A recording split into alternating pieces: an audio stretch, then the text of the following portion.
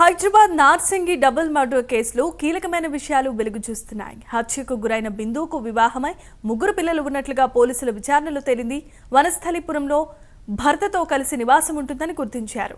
భర్తకు తెలియకుండానే నానక్రామ్గూడలో ఉండే సాకేత్తో ప్రేమాయణం సాగిస్తున్నట్లుగా గుర్తించారు. సాకేత్తో ప్రేమాయణం కొనసాగిస్తూ మరో వ్యక్తితో కూడా వివాహేతర సంబంధం పెట్టుకున్నట్లుగా పోలీసులు ప్రాథమిక ఆధారాలు సేకరించారు.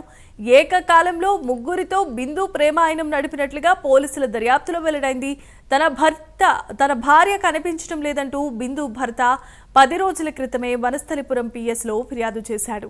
ఇటు తన తమ్ముడు కూడా కనిపించడం లేదంటూ సాకేత్ అన్న గచ్చిబౌలి పిఎస్లో ఫిర్యాదు చేశారు. ఇటీవలే సాకేత్తో బిందు వెళ్లిపోయింది. ఈ క్రమంలో నార్సింగ్లో సాకేత్ బిందు హత్యకు గురయ్యారు.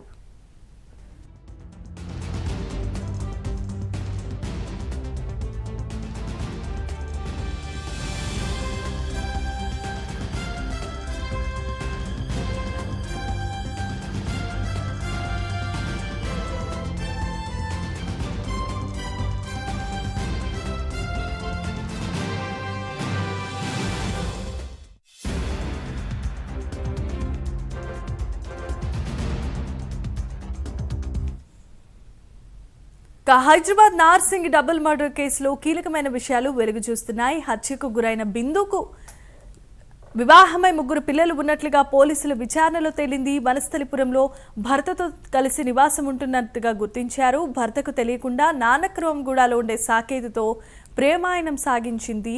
ఈ విషయాన్ని గుర్తించారు. సాకేత్తో ప్రేమాయణం సాగిస్తూనే మరో వ్యక్తితో కూడా వివాహేతర సంబంధం పెట్టుకుంది. ఈ విషయాలు పోలీసులు ఆధారాలను సేకరించారు. ఏకకాలంలో 3తో బిందు ప్రేమాయణం నడిపినట్లుగా పోలీసుల దర్యాప్తులో వెల్లడైంది. తన భార్య కనిపించడం లేదంటూ బిందు భర్త 10 రోజుల క్రితమే వనస్థలిపురంలో పిఎస్లో ఫిర్యాదు చేశారు.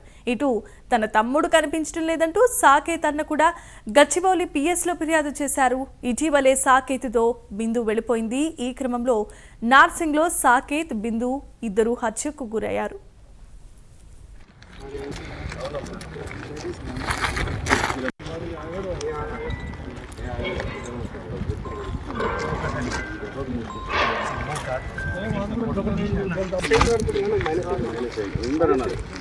ఈ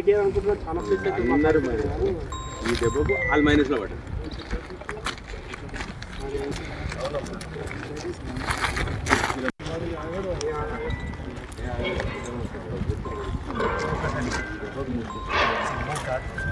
ఫోటో